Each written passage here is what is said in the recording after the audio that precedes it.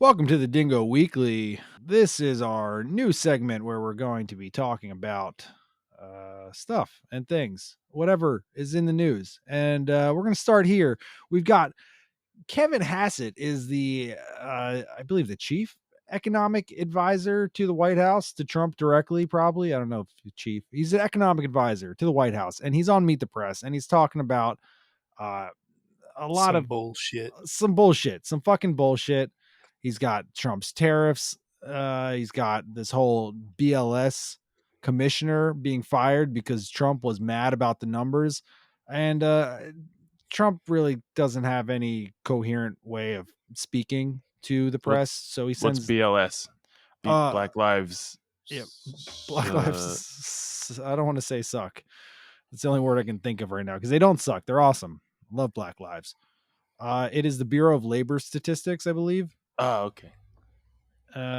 Yeah, they put out numbers every month, and they say these are the job numbers, how many jobs we've gained or lost this month.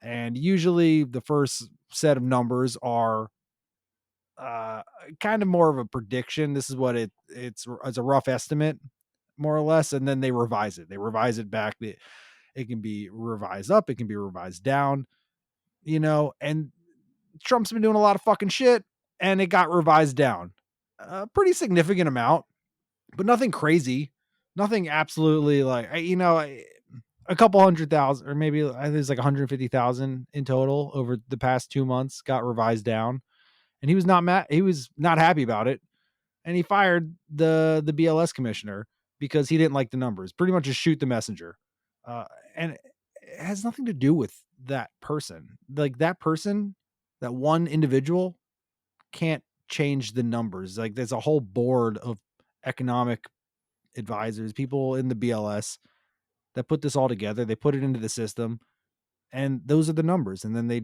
she presents it. These are the numbers. Like she didn't decide that. So what? They sent this nerd to talk about it. They sent this nerd to talk about it, about Trump's decision to fire her, and to talk about how his tariffs are awesome, and she should be fired because she gave a bad message that makes him look bad. But like, dude, Yeah, not Let's cool, get into lady. it. let's get into it. So let's start this off. Let's see what this nerd has to say. And joining me now is the director of the White House National Economic Council, Kevin Hassett. Mr. Hassett, welcome to Meet the Press. Great to be here. Thank you. It's great to have you here. Let's start with President Trump's decision to fire the head of the Bureau of Labor Statistics, Erica McIntyre, who he accused of manipulating job numbers. Mr. Hassett, what evidence does the administration have that she manipulated the jobs numbers? Right. Well, what we've seen over the last few years is massive revisions to the jobs numbers. In fact, they were extremely reliable, the kind of numbers that you want to guide policy decisions and markets through COVID. And then when COVID happened, because response rates went down a lot, then revision rates skyrocketed so that the typical monthly revision often was bigger than the number itself. And now we had a number that just came out. The actual number for the month wasn't so bad, but the 2 months before were revised down by more than had ever happened since 1968. All right. Hold on. That's first of all, that's not even fucking true. I have graphs. I have graphs of what the fucking numbers actually were. They haven't been revised down this much since 1962. Bull fucking shit. Look at these graphs. So it got revised down. Absolutely. It was revised down way more in 2024, in January 2024, it looks like. It was revised down crazily during COVID, during the thick of it. This was a downward revision, but this was not a record revision. This just is what it is. And rightfully so. It looks like almost nothing, really. Like, yeah, comparatively. Yeah, it looks very average. And like, look at 2008, 2009. There was huge downward revisions. Like, no, when shit is hitting the fan, it goes down. They revise it down because, okay, this is what it was forecasted, but then, oh shit, things are actually happening. It was worse than we thought. And this isn't even the worst of the worst. This is like, yeah, it was bad, but in the grand scheme of things, it wasn't the worst since 1962. Like that's insanity. He's blowing fucking smoke out of his ass. That's crazy. He's an idiot. He's just trying to lie to you. He's trying to gaslight the American people. Like, He looks like he likes to blow smoke out of his ass. yeah, he like looks like he blows a lot of stuff in and out of his ass. I learned it from this lady in Thailand. I think she was a lady. Fucking Kevin Hassett. I feel like you can't be a serious person with the name Kevin. That's just my opinion. Come on, Let's ask Kev. Kevin. Hey, Kev, Kev. what else you got, Kev? Let's hear it, Kev. And in 2015, Alan Greenspan and I were asked to attend a conference at BLS where we were asked to give advice about how to modernize the data. And we warned that if they didn't try to let the data collection and calculation keep up with the data that was happening in the economy, that we would have problems like this. And finally, in the UK, they had a very similar problem. And in 2023, they had to, for a while, shut down the data agency in the UK for the same kinds of problems. But just to be very clear, does the administration have any evidence that it was rigged, as the president said? And will you be presenting that to the American public? I bet he does. The evidence is that there have been a bunch of revisions that could But appear hard to evidence? partisans. Oh, I mean, The evidence is that there are revisions. There are always revisions. That's not evidence, my man. Like, come on. Man, he didn't even bother to try and lie. He just kept talking about something else. Yeah. Like, what are you talking about? What evidence do you have?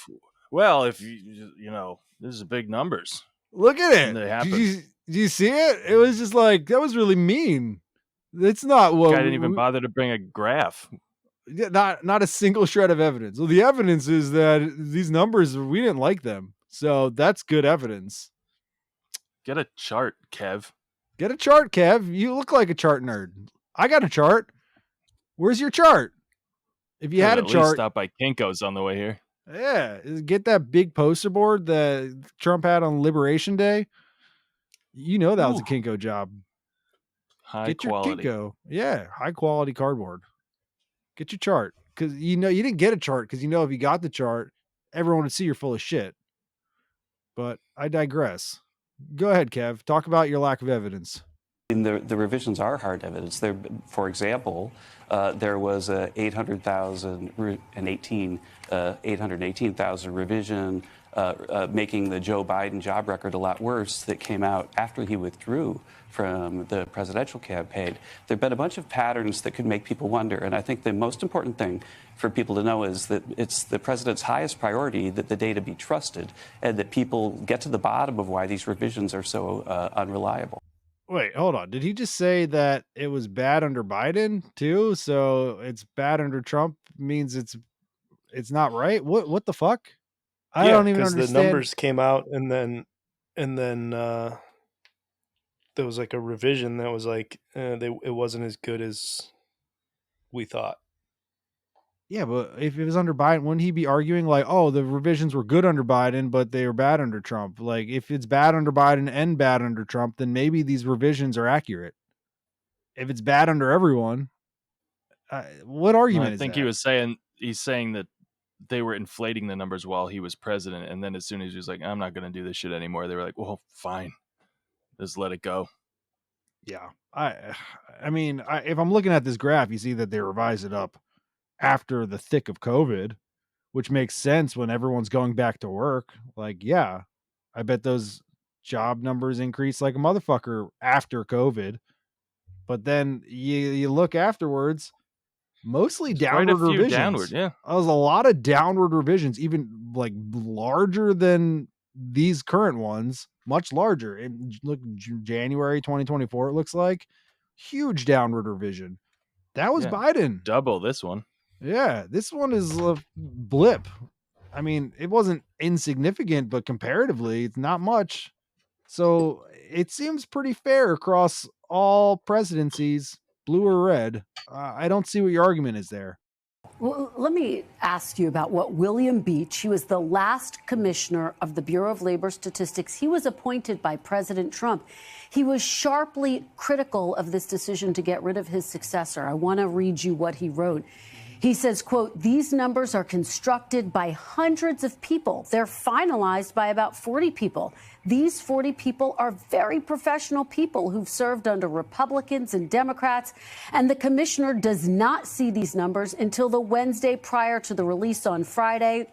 By that time, the numbers are completely set into the IT system. They've been programmed. They are simply reported to the commissioner so the commissioner can on Thursday brief the president's economic team. The commissioner doesn't have any hand or any influence or any way of even knowing the data until they're completely done."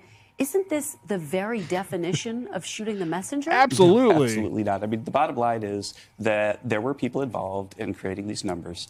And if I were running the BLS and I had a number that was a huge politically important revision, the biggest since 1968, actually revisions should be smaller, right? Because computers are better and so on. Again, then I would not have true. a really long report explaining exactly what happened. And we didn't get that. I'm sorry. This is insane to me. This guy, first of all, just not true. Like Dingo just said, like these numbers are not that crazy. And this is shooting the messenger. It's 100% shooting the messenger. A whole That's commission not shooting of the people. messenger. They just take this whole report and then they give it to one person and they deliver that message to us. And we're just going to attack her. We're not shooting the messenger. It's Just the person who delivered the message, not the messenger. Yeah, we're not going to a mail release. The Democrats think we're going down to mail rooms and shooting people. No, that's crazy. I'm no expert, but I bet you if you showed this video to like a body language expert, they would say this guy's fucking lying. Yeah. Well, I mean, for the intents and purposes of this video, I'm a body language expert, and that guy's fucking lying. You know, I can tell he's lying because what he's saying Of isn't math? truthful. Yeah, like numbers and math and like just blatant lies. You go to bls.gov, you pull the data, you make this cute little graph that I'm showing all of our viewers here. This is not fucking accurate. You're lying. This is a lie. You don't even need math. You can eyeball it. You can eyeball it. It's if math isn't your thing, just look. Yeah. It's just so crazy. And like they put the numbers in the system before this person who delivers a message. Not the messenger. Not the messenger. Not shooting the messenger. They put it in the system. They like upload all the data. All of them work together to get it as accurate as they can with what they have, and they put it in the system, and then it's in there.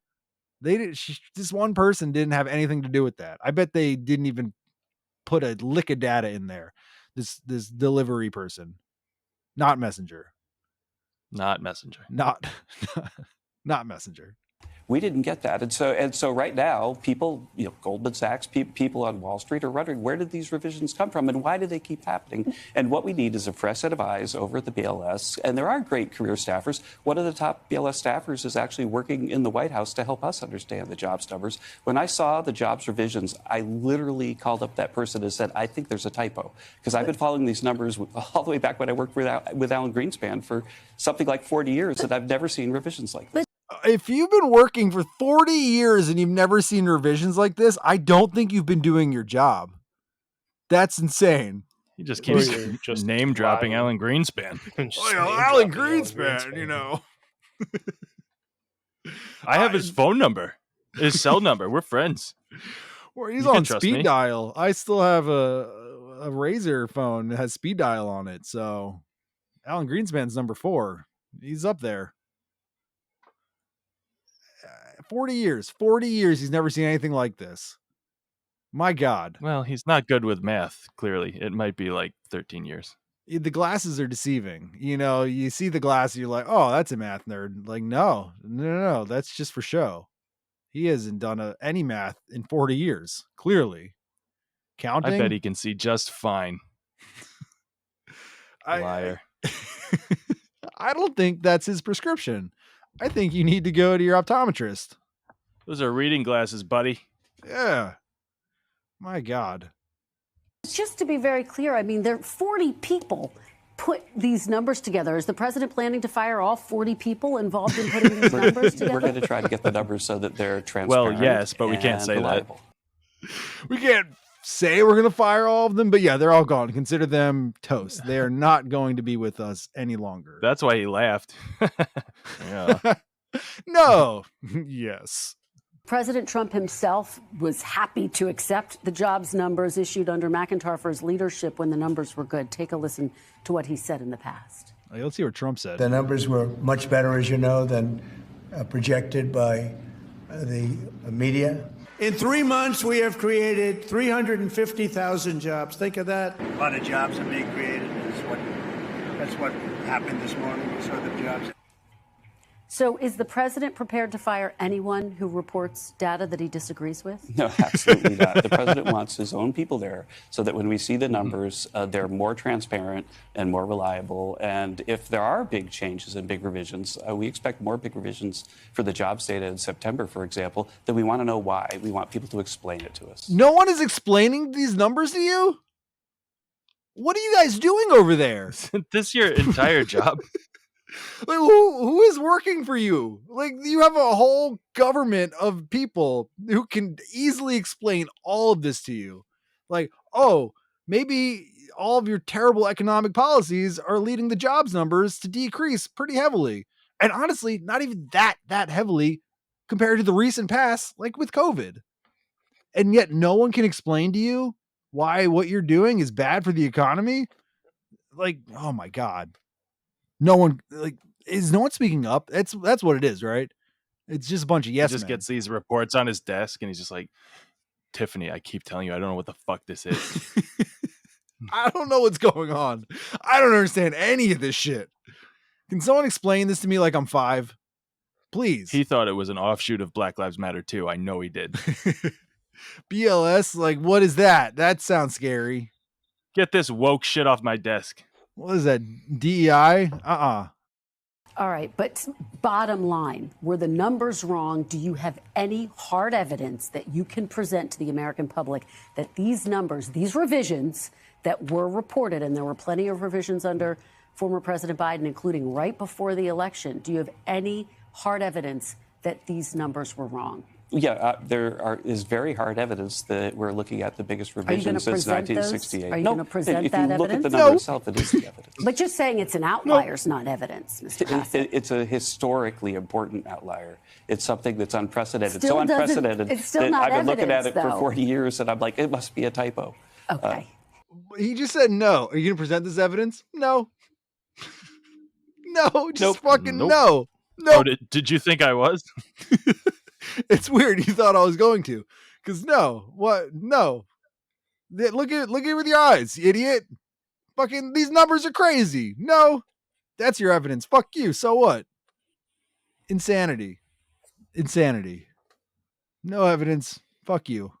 All right, let's move on to tariffs. The other big news of this week. Are the tariff rates locked in, or are they still up for negotiation? I think we have 8 deals that cover about 55% of world GDP with our biggest trading partners, the EU and Japan and Korea and so on. And I expect that those matters are more or less locked in, although there'll have to be some dancing around the edges about exactly what we mean when we do this or that. For the deals that aren't ready yet, they're going to get the reciprocal rates soon. And then we would expect that there might continue to be negotiations with those countries. So these are locked in, more or less, kind of. Deals. But we're still dancing. What about happened to it. 90 deals in 90 days? Well, now we got to do 90 deals in 3 days. Boom. That's better. It's better. It's faster. For all It's more you math efficient. nerds. This is Department of Government Efficiency. We can do it way faster and better, more gooder. For those 8 deals that you say are deals guy. that are announced. You're saying more or less. Are they locked in? Yeah, I mean, the Fuck you, president will Kevin. decide what the president decides, but the president likes those deals. The Europeans like those deals, No and they're shit. absolutely historically wonderful We know deals. Think that. about it. We've got Europe agreeing to open their markets to our products, so our farmers, our small businessmen can sell stuff in Europe like they never could before, and they're letting us charge a 50% tariff, which is going to raise maybe about $100 billion a year. Oh my God. Did he Of say? course they're letting them charge the tariffs because we're paying the goddamn tariffs. Like, bro, what is this fucking misinformation? We pay the tariffs. The U.S., the importers, which gets passed on to the consumers. They're letting us charge them? Like, what are you talking about? Why do they keep spreading this misinformation? Europe is letting us charge our citizens more money for their product. That's really nice of them, actually. I thought they hated us.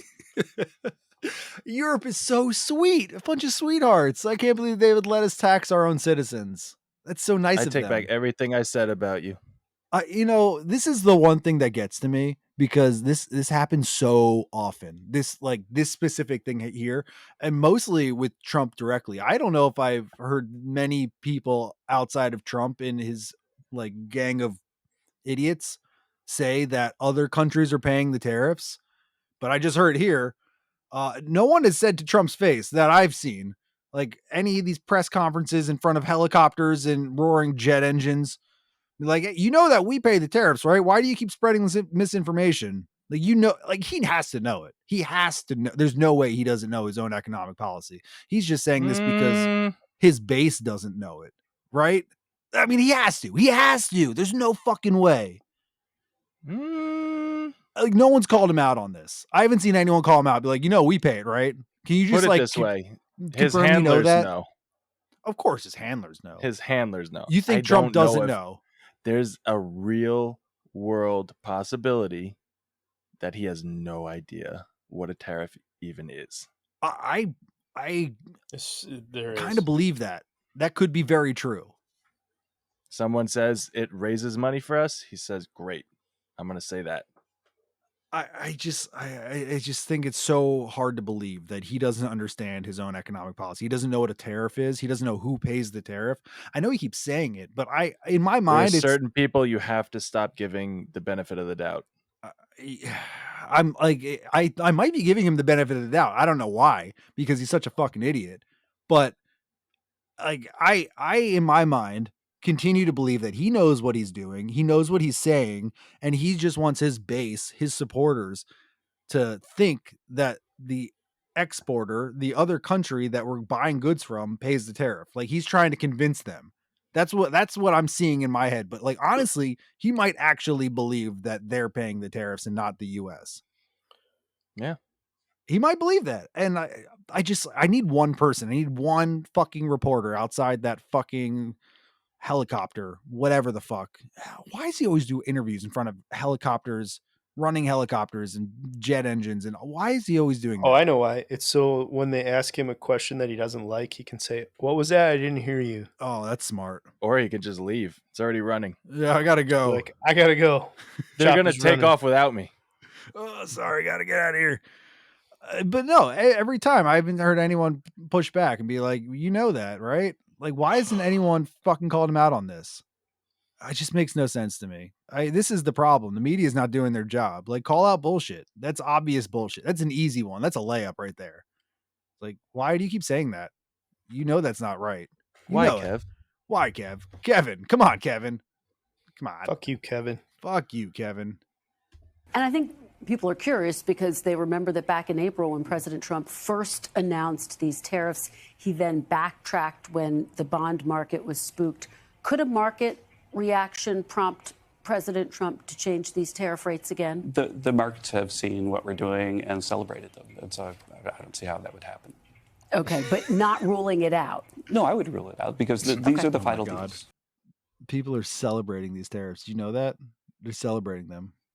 I see people coming up to Trump crying, tears in their eyes. Sir, thank you so much for these tariffs. Thank you. Throwing a fucking quinceanera for these tariffs. Oh my God. You know, Ford and GM are celebrating them with their billion-dollar losses for the quarter. That's so wild. Ford marked $1.88 billion in profit a year ago. And then just this 1 year later, they release their Zero. profits, whatever. Zero. They make $0 profit 1 year later, year over year, from 1.88 billion to $0.00. You're gonna be so sick of winning. Oh my God. Is this what making America great again is? It's insane.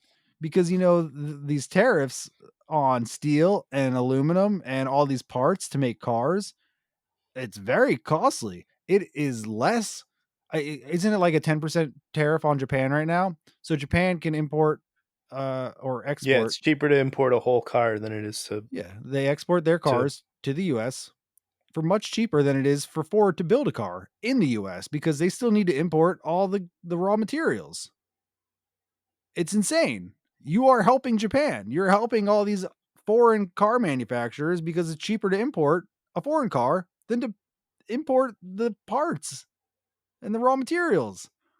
Makes no sense. Look Make at the balance Japan sheet. great again.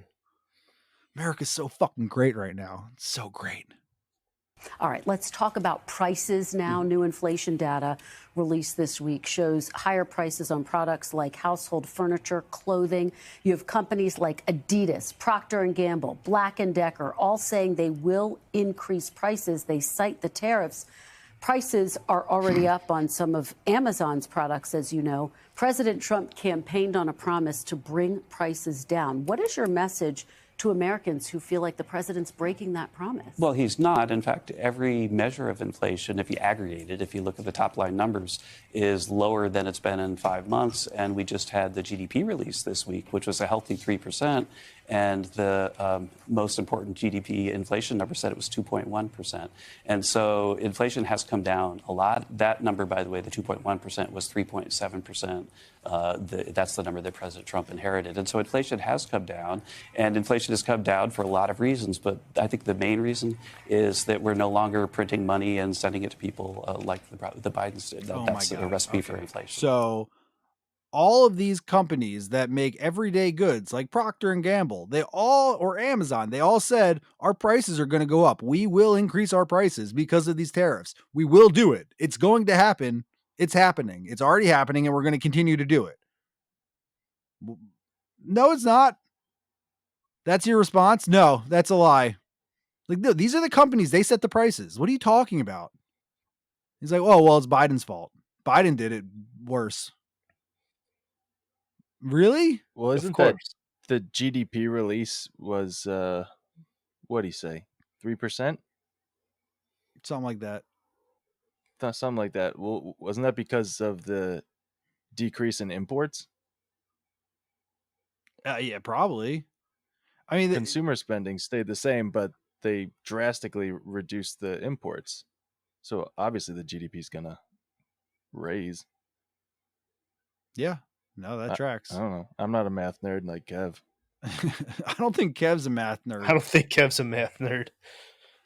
I just like all these companies. We're going to increase our prices. Yeah, but they're not going to, and it's not happening. And don't believe your lying eyes.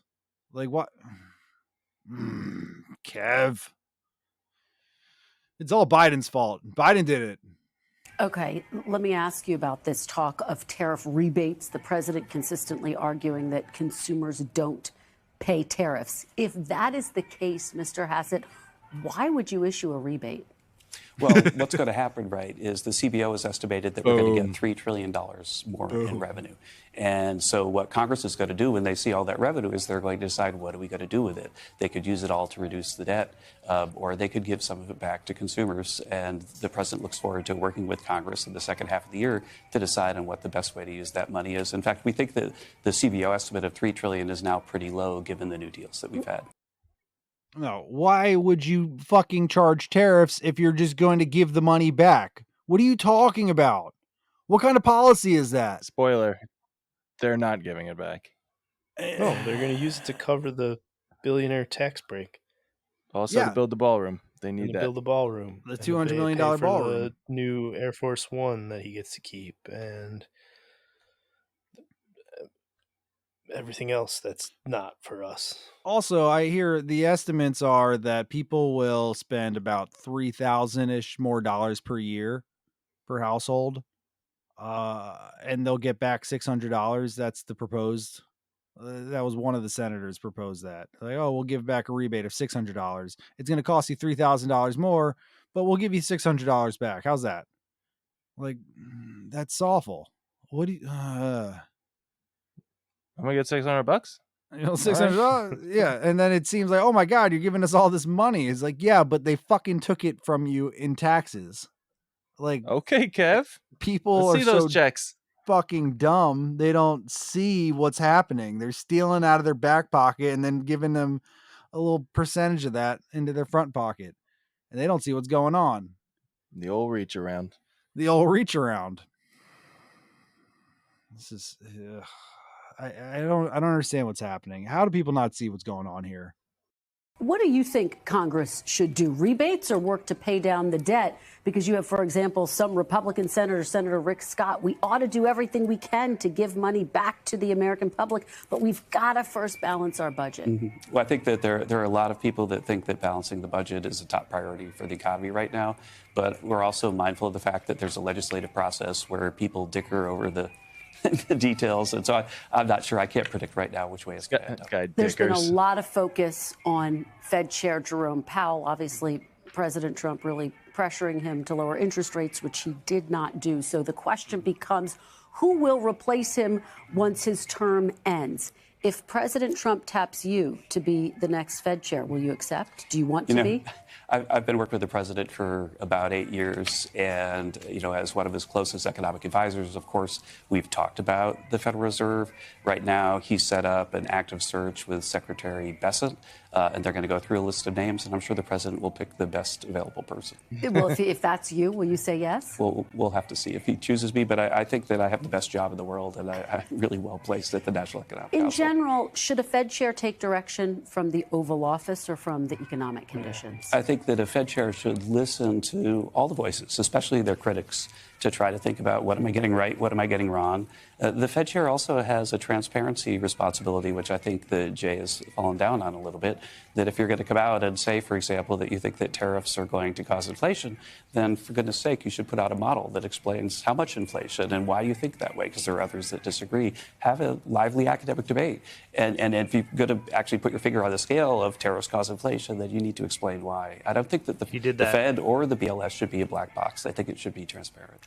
In what world did he not do all of that? He's so transparent. He's like, the tariffs are going to fuck shit up. He's like nothing but transparent. And I like how he called him Jay. You mean Jerome? J-Pow. J-Pow. Jay hasn't been very transparent. We're tight. I call him Jay. He calls me Kev, K-Dog sometimes. No, he's like completely transparent about why he's doing what he's doing. He said it was the tariffs. He's like, these tariffs are not, we're being cautious about what we're doing. This is not like that's just so crazy to me. They don't like what they see, so they like say, oh, well, they're not being transparent. No one's explaining to us what's going on. No one understands in the White House what is happening at all. Everyone is always confused at all times. No one will explain anything to us. It feels like y'all aren't listening. All right. Before I let you go, President Trump has now been in office for more than 6 months. Is this now the Trump economy?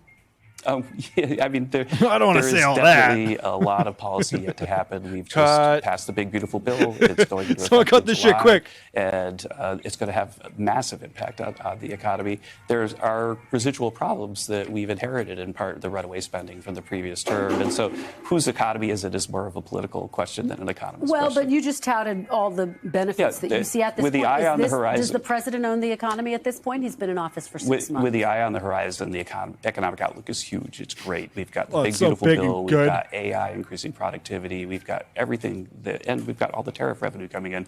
So we have every confidence that the economy is headed way, way up. Right. All right, Kevin Hassett, thank you so much for being here. It's great to be here. We really appreciate it. We thank you for watching. Guys, what the fuck was that shit? I want to punch that guy in the dick. This one? Yeah, I don't know who the fuck this guy is. I want to punch everyone in the dick. That was so frustrating. He's just lying left and right. Kevin, what the shit? I mean, try a little harder. I know that you're put in a predicament. That's the problem, is all these fucking people are like putting these jobs, like you need to explain the crazy away. And there's no explaining it away. It's just I feel like like criteria for the excuses. job to work for Donald Trump is how good are you at lying? Yeah. Like how convincing can you sound so my base doesn't fucking disown me? That's what it is. That's the criteria. And that, Kevin does a pretty decent job if you don't actually pay attention to his words. But when you do, it's so frustrating that god damn everything is a fucking lie. This is just crazy to me. I hate it. I hate it. I want to punch that guy in the dick. Kevin. Yeah. Fuck all you.